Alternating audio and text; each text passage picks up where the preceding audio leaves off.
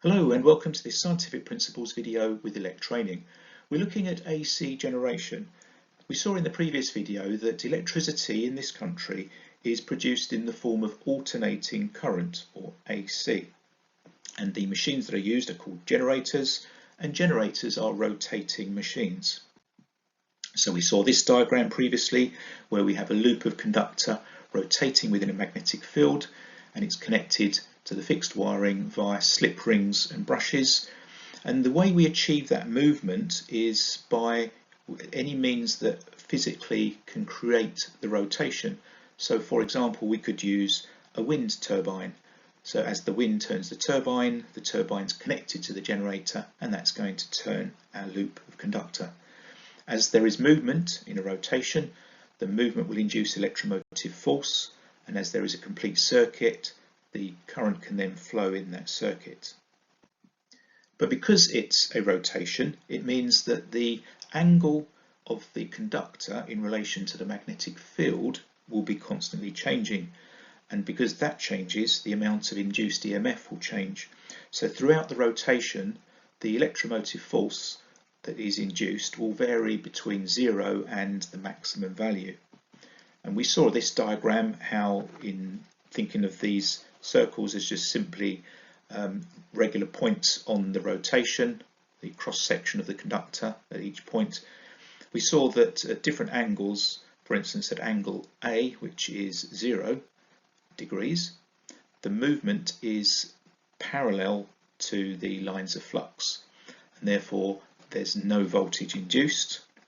And for instance at 90 degrees, so we've got our rotation like that, the movement is across the lines of flux. Remember, the lines of flux are north to south, so we're crossing it perpendicular to the lines of flux, and that's where you get the maximum voltage induced.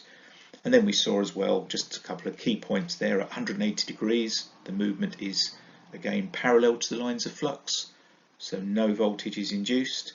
And then as the rotation continues at this point, 270 degrees, the movement is again perpendicular to the lines of flux, so there we get the maximum voltage again. And then back to 360 degrees, where again, just as with 0 degrees, the movement is parallel to the lines of flux, so no voltage. So we're going to see in a bit more detail now how this creates this output. So we'd already seen that this is called a sine wave, and that there is plotted on the graph a positive and a negative aspect to this axis, and that's to reflect the fact that the electromotive force that's induced will go in two directions. First of all, it will be one direction, positive, and then it'll be in another direction, negative. And it also creates a varying amplitude, so it's not just in a positive direction, but it varies the amount of voltage that's positive up to a peak, and then it falls off again to 0, and then again it will start to increase the voltage in the opposite direction to a maximum, and then that will fall back again to 0. So at that point there, that's one complete waveform, and we call that waveform a sine wave, S-I-N-E, sine wave. So we're going to look at that in a bit more detail now. So we've got our circle representing the rotation through 360 degrees, and we've split it into 15-degree segments just to make it easier to look at. And we're going to plot some values on a graph. So we've got the axis for the amount of voltage, so the amplitude, and we've got an axis that over time we're going to plot values, but we've actually divided that into segments that relate to the angles, so 15, 30, 45 degrees, etc. So remember, we've got a north pole and a south pole, so the lines of flux flow north to south. And we've already said that at point A, throughout this rotation, at point A, the movement is parallel to the lines of flux, and therefore the amount of voltage that will be induced is going to be 0. So we'll plot that by, let's draw a red line on the circle, and then we're going to plot that along to that point there on the graph, just there.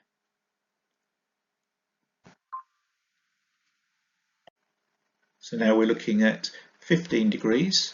So as the rotation reaches 15 degrees, we can plot that on the graph by drawing a line across from 15 degrees and then a line up from the 15 degree mark on that axis.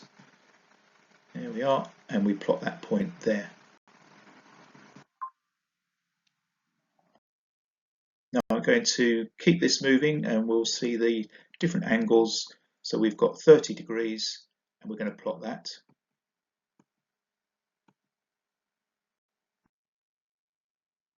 And 45 degrees.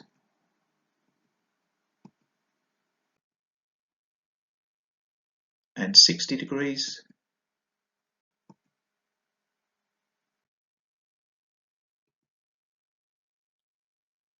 And the next one. And we've now reached 90 degrees, which is the highest output that is achieved.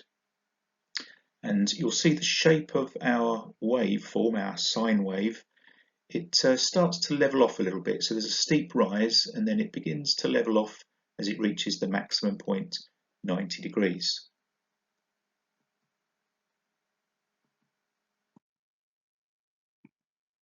Now we've got the values start to decrease because the movement of the conductor has now reached a point where it's gone past 90 degrees, and at this point, which is 105 degrees, the value will be less, the voltage that's induced will be less.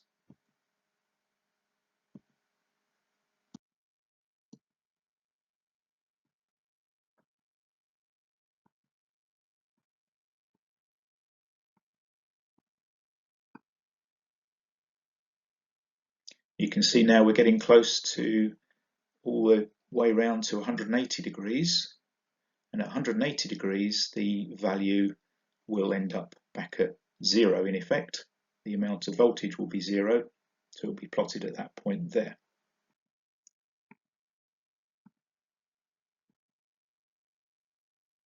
Now an interesting thing is happening here. We've got the rotation has gone past 180 degrees and now the value will begin to rise again, except it's in the opposite direction, so it's plotted at the bottom of the graph.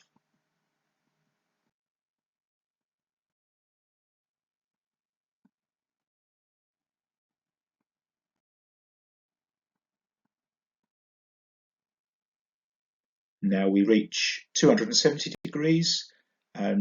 My picture is obscuring the shape of our sine wave, so I've just put one up there at the top for you. This is the shape that we're actually ending up with in our waveform.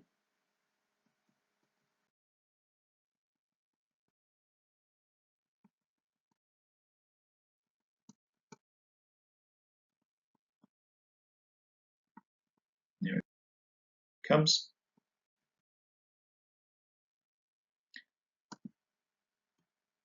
So at 360 degrees, we're actually back to zero again, and we've now completed our sine wave. So that's a little bit about the output of the electromotive force from the generator. It forms a sine wave. And we're going to look a little bit further in the next video, and there is some maths involved in calculating as well. So until then, thanks for listening.